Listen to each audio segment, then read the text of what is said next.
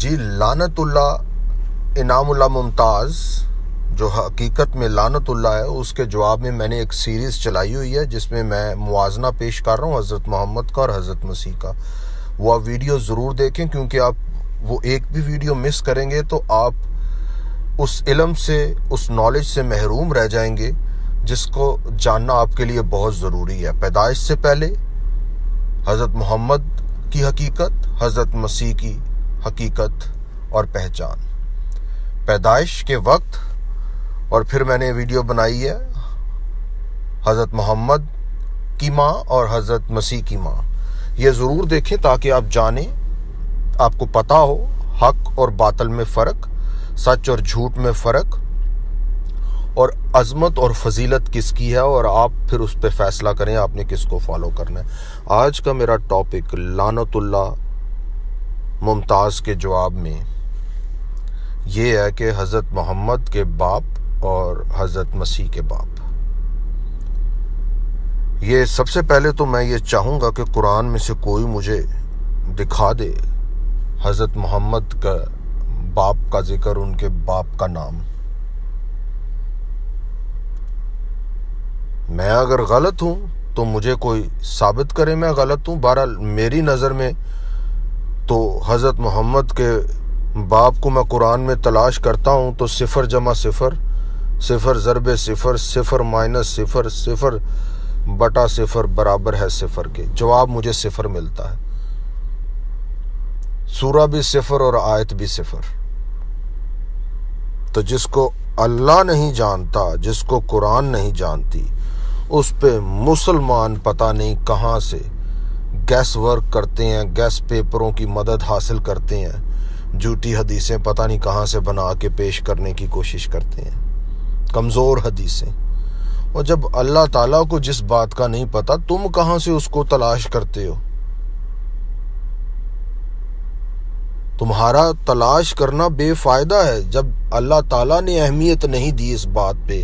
اللہ تعالیٰ کو نہیں جس بات کا پتہ، قرآن کو جس بات کا نہیں پتہ کہ حضرت محمد کے باپ کا نام کیا ہے، تم کہاں سے تلاش کرو گے؟ میں اس کا کوئی بھی مذاق بنا سکتا ہوں، کوئی لطیفہ بنا سکتا ہوں، کوئی گستاخی بنا سکتا ہوں، لیکن میرا مقصد یہاں پہ گستاخی بنانا نہیں ہے، لیکن حق اور سچ کا جھوٹ کے ساتھ، بطالت کے ساتھ نتارا کرنا میرا مقصد ہے. اس کی طرح میں نہیں ہوں جو مخالف مسیح ہے اور مسیح کی شان میں گستاخیاں کرتا جاتا ہے.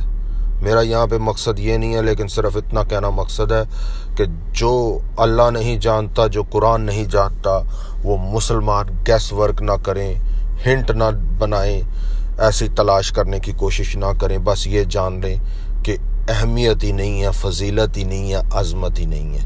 اور حضرت محمد خود کہتے ہیں صحیح البخاری 1472 میں، ایک ہی حدیث کی جو کتاب ہے اس کی 1472 حدیث میں کہتے ہیں کہ میں بت پرستوں میں سے ہوں.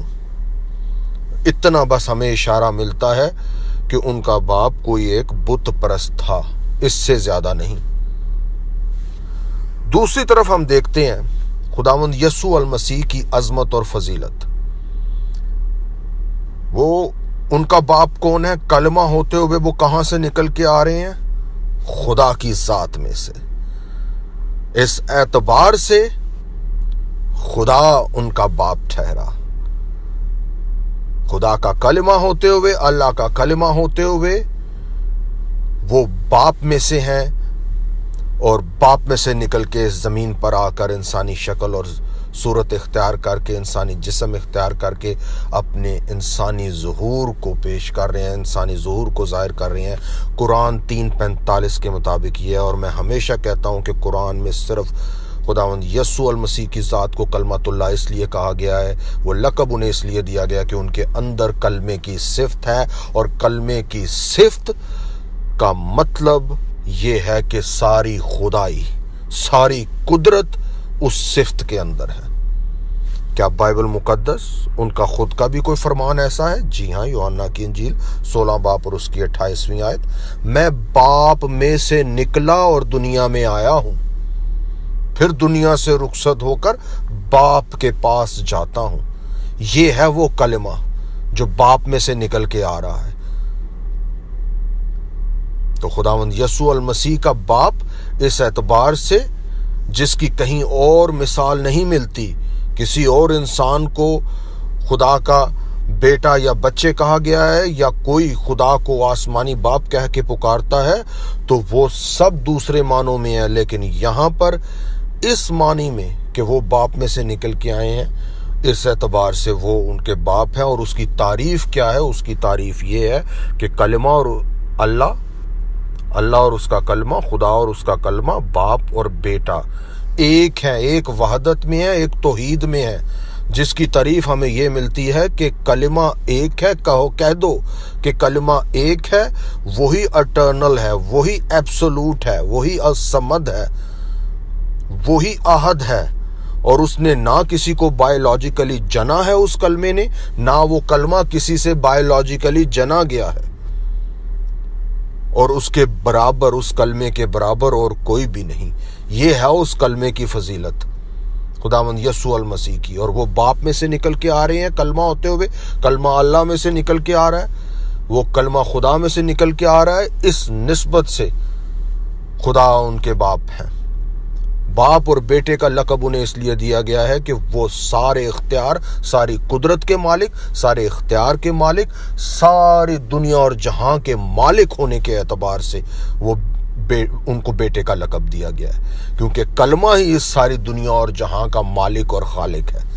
اس اعتبار سے خداوند یسوع المسیح کی عظمت اور فضیلت آپ تک پہنچی ہے، اور دوسری طرف آپ نے یہ دیکھ لیا ہے کہ اننون فادر۔ اور اگر میں انعام اللہ ممتاز کی زبان میں کہوں، لعنت اللہ ممتاز کی زبان میں کہوں، جیسے وہ کہتا ہوتا ہے، تو جس کے باپ کا آپ کو نہیں پتا آپ اس کے بارے میں کیا کہتے ہیں، کیا سوچتے ہیں۔ یہ میں اس کی بات کو ریپیٹ کر رہا ہوں جو وہ مسیح کی شان میں گستاخی کرتے ہوئے کہتا ہے۔ کیا وہ یہی حضرت محمد کے لیے یہاں پہ کہہ سکتا ہے قرآن کی روشنی میں، جس کے باپ کا علم نہ ہو، جس کے باپ کا پتہ نہ ہو؟ تو سمجھنے والوں کے لیے اشارہ کافی ہے۔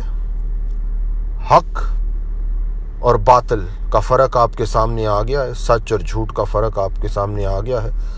فضیلت اور عظمت کس کی ہے یہ آپ کے سامنے بیان کرنا مقصد ہے۔ جس کی فضیلت اور عظمت ہے اس کے قدموں میں آ جاؤ، خداوند آپ کو برکت دے گا اور ہمیشہ کی زندگی آپ کو دے گا۔ آمین۔